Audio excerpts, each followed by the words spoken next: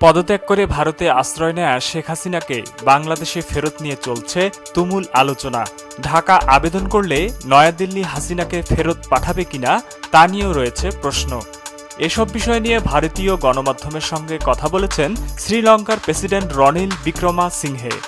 সংবাদ মাধ্যম ফার্স্ট পোস্টের ব্যবস্থাপনা সম্পাদক পালকি শর্মাকে দেয়া এক সাক্ষাৎকারে শ্রীলঙ্কার প্রেসিডেন্ট বলেছেন, বাংলাদেশের সাবেক প্রধানমন্ত্রী শেখ হাসিনার ভারতে থাকা উচিত। ভারত থেকে হাসিনাকে বাংলাদেশের কাছে হস্তান্তরের দাবির বিষয়ে জানতে চাইলে বিক্রমাসিংহে বলেন, হাসিনা দেশের বাইরে থাকলে তাকে বাইরেই থাকতে দিন। বাংলাদেশ এখন স্বাভাবিকতার দিকে মনোনিবেশ করুক।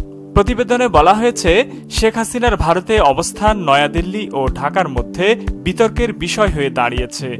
নোবেল বিজয়ী ডক্টর মোহাম্মদ ইউনূসের নেতৃত্বাধীন বাংলাদেশের অন্তর্বর্তী সরকারের কিছু উপদেষ্টা শেখ হাসিনাকে হস্তান্তরের বিষয়ে জনসম্মুখে কথাও বলেছেন।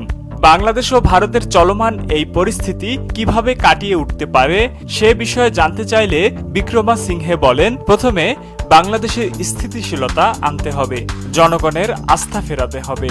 শেখ হাসিনার বিষয়টি রাজনৈতিক, এ বিষয়ে সেভাবেই সিদ্ধান্ত নিতে হবে।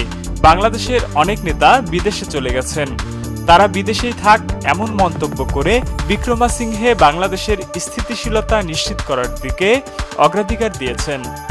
নিউজ ডোর ডেস্ক রিপোর্ট।